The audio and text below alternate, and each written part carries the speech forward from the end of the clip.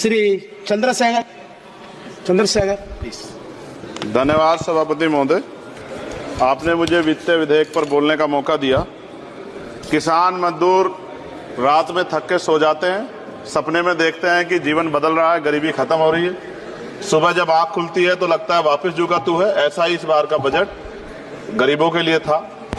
महोदय, मैं अपने क्षेत्र से शुरुआत करूंगा। मेरा क्षेत्र नगीना बाढ़ प्रभावित है, कोई चर्चा नहीं हुई। किसान आम आदमी परेशान है, कोई चर्चा नहीं हुई। गन्ना मिल समय पे पैसा नहीं देती है। गुलदार ने 30 लोगों की जान एक साल में ली है पिछले, कोई फर्क नहीं पड़ता अमीरों को। उद्योग धंधे लगाने कोई बात नहीं हुई। मेडिकल कॉलेज और एम्स के निर्माण की कोई बात नहीं हुई।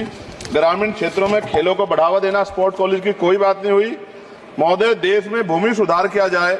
लाखों बीघा जमीन जो है भूमाफिया ने कब्जाई हुई है, भूमिहीन लोगों को भूमि दी जाए।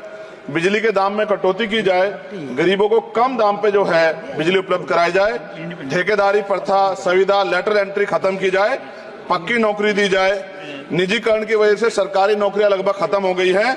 मेरी मांग है, और मैंने निजी विधेयक भी पेश किया था, कि निजी क्षेत्रों में SC, ST, OBC के लोगों को आरक्षण की व्यवस्था कराई जाए और पुरानी पेंशन बहाल की जाए। लोगों के पास एक तरफ सरकारी योजना चलाकर प्रधानमंत्री आवास योजना जो है उसके नाम पर मकान दिए जाने की बात होती है, वहीं दूसरी तरफ लखनऊ के अकबर नगर को तोड़ दिया जाता है। नवी मुंबई में के खार घर में What is his name? Patil. Patil is not from God.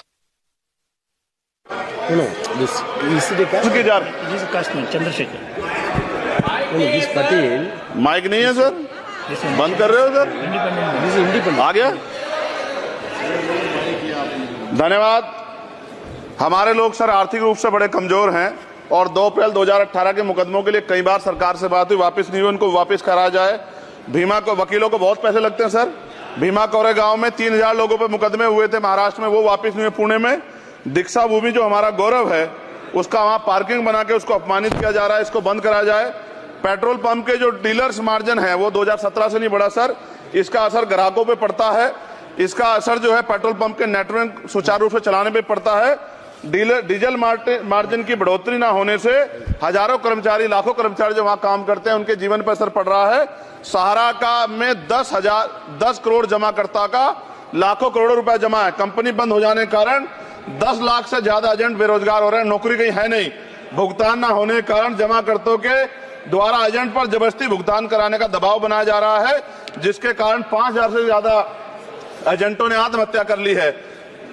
सभापति महोदय, उत्तर प्रदेश देश का सबसे बड़ा सूबा है, उसको इस बजट में कुछ नहीं मिला और बहुत सारे मेंबर, 80 के लगभग हम मेंबर जो है उत्तर प्रदेश जीत के आए, ना के बराबर मिला। यूपी में 25 करोड़ से ज्यादा आबादी है उत्तर प्रदेश के अंदर, 5 किलो राशन सरकार दे रही है, लेकिन जीवन जीने के लिए काफी नहीं है। और भी बुनियादी सुविधाओं की जरूरत पड़ती है। अगर इज्जत की जिंदगी चाहिए, उसके लिए सरकार के पास कोई उपाय नहीं है।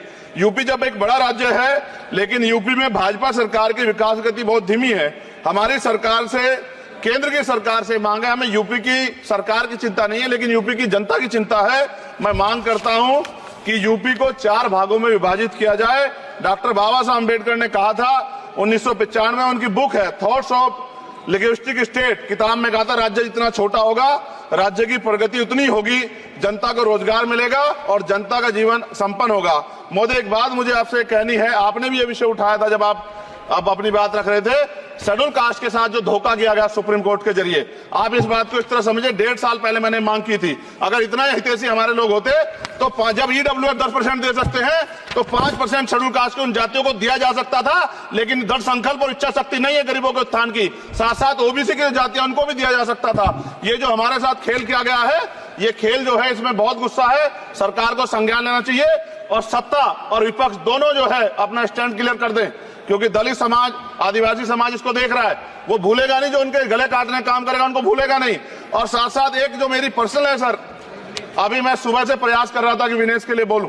जब उसको डिस्क्वालीफाई किया गया, विनेश या नहीं, लेकिन ऐसा लगा जैसे हमें चाकू घुसेड़ दिया गया। मेरे आज भी याद है उस प्रोटेस्ट में मैंने रातें काटी हैं और 4-4 गोली खाई मैंने।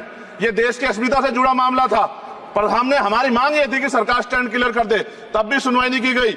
जब मंत्री बोलने आए तो हमने उनसे कहा कि हमें कुछ इंफॉर्मेशन चाहिए, उस पर बात नहीं हुई। सवाल ये है सर, 1 गोल्ड हमारे लिए आ रहा था, और जब ये गोल्ड आता देश गौरवान्वित होता। और क्या व्यवस्था थी सर कि उसका वेट बढ़ गया, पता ही नहीं लगा सिस्टम के लोगों को। क्या बेवकूफी की गई है, ये सोचने का विषय है सर। ये बहुत महत्वपूर्ण देश की बेटी का मामला है। ये हरियाणा की बेटी नहीं है सर, वो एक जात की बेटी नहीं है, वो हमारी बहन है, देश की बेटी है। और आपने क्या किया हरियाणा के साथ? आपने हरियाणा का बजट कम किया, जबकि सबसे ज्यादा मेडल हरियाणा लेके आता है। ये गलत है सर, ये धोखा है। हमें इस बात की तकलीफ है कि विनेश जो है देश का नाम गौरवान्वित करती, इस देश का नाम बढ़ाती, लेकिन आज जो है अपमान का सामना करना पड़ रहा है। जब हमारे हितों की बात होगी हम जो है समझौता कर सकते हैं, लेकिन जब देश के हितों की बात होगी, बाबा साहब अम्बेडकर ने कहा था हम प्रथम और अंत्य भारतीय हैं। जब देश हितों की बात होगी, महिला हितों की बात होगी, महिला सम्मान की बात होगी, हर हम कीमत चुका देंगे। सरकार के मंत्री ने क्या कहा कि हमने इतने पैसे दिए, एहसान क्या खैरात दी क्या आपने कोई? खत्म कर रहा हूं सर, खैरात दी क्या आपने कोई? इससे ज्यादा पैसे हम आपको दे देंगे, लेकिन आपको चाहिए था कि इस मामले को संभालते और देश का सम्मान बढ़ाते। आपने लापरवाही बरती, इसका खामियाजा हमें भुगतना पड़ा। मैं आपसे आग्रह करूंगा कि जब वो बेटी देश लौटे सर, जब वो बेटी देश लौटे, रुक जाओ प्लीज वाइंड अप प्लीज। जब वो बेटी देश लौटे, मैं आपसे आग्रह करूंगा कि स्पीकर सर यहां बुला के उसका सम्मान करें। हम सब लोग, वो देश की बेटी है सर, देश के लिए गोल्डन कार्ड है वो, गर्ल है वो, उसका सम्मान यहां किया जाए सर, हमें चाहते हैं। बहुत बहुत धन्यवाद, आपने बात रखने का मौका दिया। महिला विरोधी चुप रहे। Thank you. कोई महिला विरोधी नहीं बोलेगा बीच में। श्री विशाल पटेल।